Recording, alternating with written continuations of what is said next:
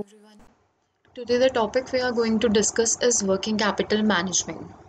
So, in simple terms, working capital is nothing but the difference between current assets and current liabilities. So now we are going to calculate working capital with the help of an example. So here we have the question. In the question, the raw material is 160. The raw material need is rupees 160 per unit. Direct labor is rupees 60 for 1 unit. These are the cost for 1 unit. Overheads rupees 120 per unit. So total cost is 340 per unit. And the profit we require is rupees 60. So the selling price would be rupees 400. So here we are given additional information as well. So the additional information which is given here is raw material are held in stock on an average for 1 month, as you can see here. Materials are to be processed on an average of half month. Finished goods are in stock on an average for 1 month. Credit allowed by suppliers is 1 month and credit allowed to debtors is 2 months. Time lag in payment of wages is 1.5 weeks. Time lag in payment of overhead expenses is 1 month. So these are the time lapse given to pay something or receive something. So when we talk about business, we never pay or receive something in cash. So usually businesses run on credit basis.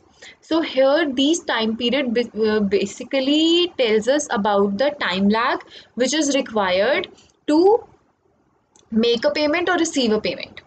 So now let's discuss all these adjustments. So as we can see here that the raw material for the firm given here is 160 rupees 160 per unit, as we have discussed earlier. So this is per unit cost, per unit, and wages is rupees 60 per unit, overheads 120, finished goods 340, profit 60, selling prices 400, 340 plus 60, 400 is the selling price. So now the holding period for working capital is given in different parts. So here we are talking about the operating cycle of a firm. So to complete an operating cycle, we have different things in hand. Like first we have raw material, then work in progress, then there is finished goods, then there is creditors, then there are debtors and wages and outstanding overheads. So what does this mean? So when you buy raw material, you do not pay them in cash. You pay them after a month. And similarly, when there is work in progress, you do not pay for your work in progress immediately, you pay them after half month. Then there is finished goods, you do not receive your money very soon. So it takes around 1 month. Then creditors, to pay off your creditors, you need at least 1 month of time. For debtors, you need 2 months. Your debtors need 2 months. And here is an adjustment given to you that out of all the sales, 1/4 is cash and rest 3/4 are your debtors. Then wages, you do not pay your laborers immediately, you pay them on a time gap of 1.5 weeks. Outstanding overheads is 1 month, and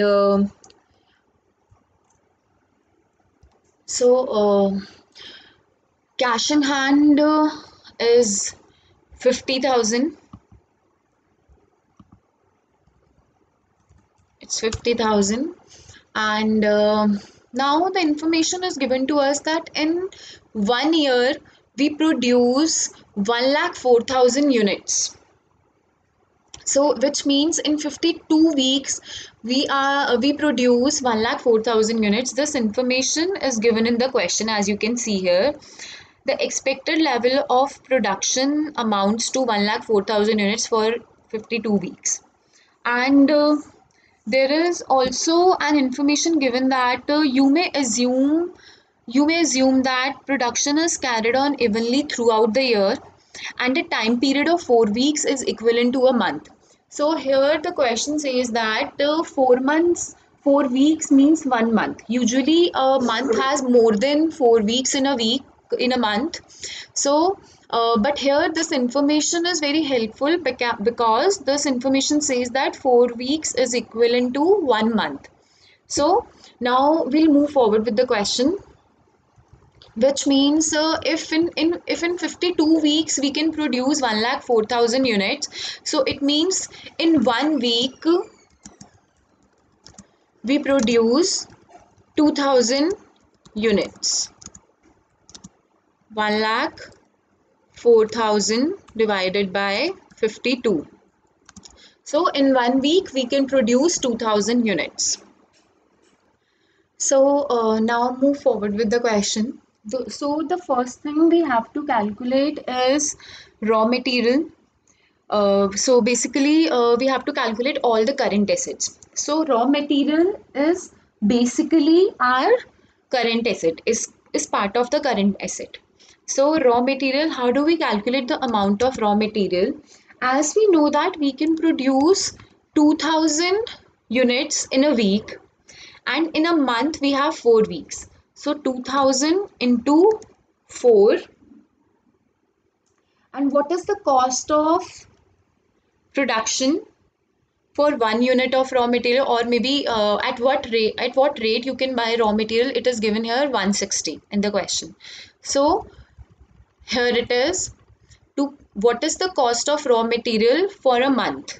So 2,000 into 4, because we have 4 weeks in a month, so 2,000 per week into 4 into 160, which is given to us. The cost of raw material per unit of raw material is 160. So the overall cost of raw material for a month is 1,20,000 rupees. Now, second, what is the next component of current assets? So the next component of current asset is work in progress. So here again, we have 2,000 units which we have to produce. So 2,000 is same here also. So now how much work in progress do we have? To calculate work in progress, the cost of work in progress, here we have a assumption which we follow. So the assumption says that, for example, you are producing something, right? So when the production goes on, you buy all the raw material, but the point is the whole raw material is not used at once. So the raw material is being used over a period of time, but you buy whole raw material at one go. So it means in work in progress, you have the complete material with you. So it means 100% material is consumed. Then second thing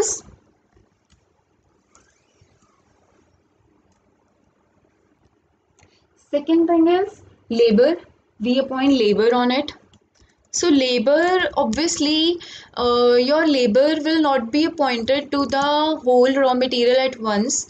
They will be working on it over the period of time. So we assume that 50% labor is used on work in progress. Then third is overheads. So we also assume that 50% of overheads are used. So 100% material means the cost of raw material was 160. So we are going to use the whole 160 rupees here. Then there is labor. The cost of labor was 60. So we are taking only 50% of labor. So the cost is 30. Then overheads were rupees 120. We are using only 50%. So 60. So the total is 250. So here 2000 into 4 into 250 work in progress. So the amount is 10 lakh. Then moving forward, the third component of current asset is finished goods. Finished goods. So again, finished goods 2000 for a week into 4. Then because the time period for finished goods is again 1 month, as we have seen here, 1 month, so that's why I'm writing 4 here. So 2000 into 4, and the cost for finished goods is 340, which we calculated earlier. So it is 27 lakh 20,000. Then the next component is debtors. So again 2000 per week. Now how much time is required to get our debtors back? So debtors are current assets. So 2 months time period is given here. So we'll write 8 here. 2000 into 8, because debtors will pay us after 2 months. So 2000 into 8, and obviously if I have sold my goods at rupees 340, then I will receive money from my debtors at rupees 340 only. So here 340, the amount is 40 lakh 80,000. Then next, the final thing is cash, which we were given in the adjustments. So 50,000 was the cash. So here the total of current assets, total of current assets is 91 lakh 30,000. Now we have to calculate current liabilities. For current liabilities, we have few things with us. So the first thing under current liability is our creditors. So again 2000 into, now we have to see the time period for which creditors 1 month. So the time period for creditors to pay back the time period which we have to pay back our creditors is 1 month. It means 4 weeks. So 2000 into 4. Then obviously, who are our creditors? From whom we have bought our raw material. So the cost of the raw material was 160. So it is 1 lakh 20.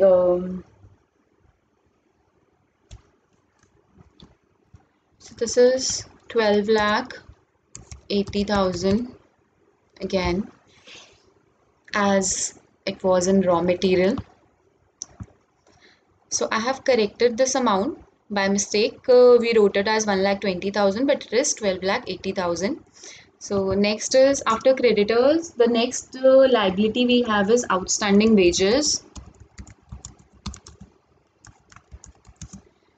Here, so outstanding wages again 2000. What is the time period for wages? So it is 1.5 weeks. So we can write 2000 into 1.5, and the amount for wages is 60.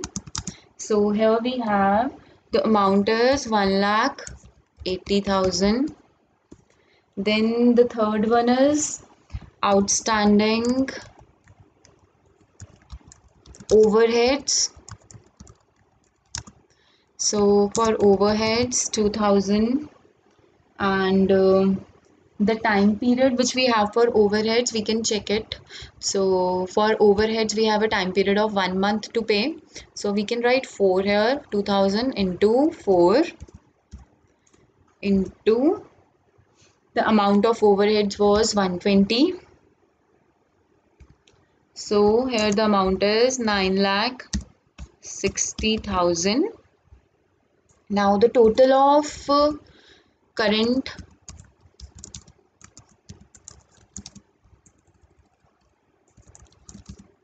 liabilities is 24 lakh 20,000. Now to calculate working capital, net working capital, the amount is current assets minus current liabilities. So here the amount is 67 lakh 10,000. Here we have. So here few things we have to keep in mind. The first thing is here when we say that finished goods is at rupees 340. So as you have seen that we are selling our goods in the market at rupees 400, but we are writing rupees 340 because this working capital assessment we are doing for our own self. We have invested only rupees 340. We have not invested rupees 400. So whenever we are calculating our total finished goods, the cost of the finished goods, we will always write the value of the cost which we have actually incurred, not the amount at which we have sold the goods in the market. So that's why we have written 340 here. Then second thing which we have to consider is material 100%, 50% and 50%. So this is an assumption which we take whenever we calculate work in progress. So, but in case there is some specific guidelines which are given in the question, we can use those guidelines instead of 100%, 50%, 50% criteria. So maybe in question, if it is given that 30% labor is used or 20% overhead is used, you can use that figures. But if nothing is given, you can use this assumption 100, 50, 50. So I hope this topic is clear to you all. Thank you.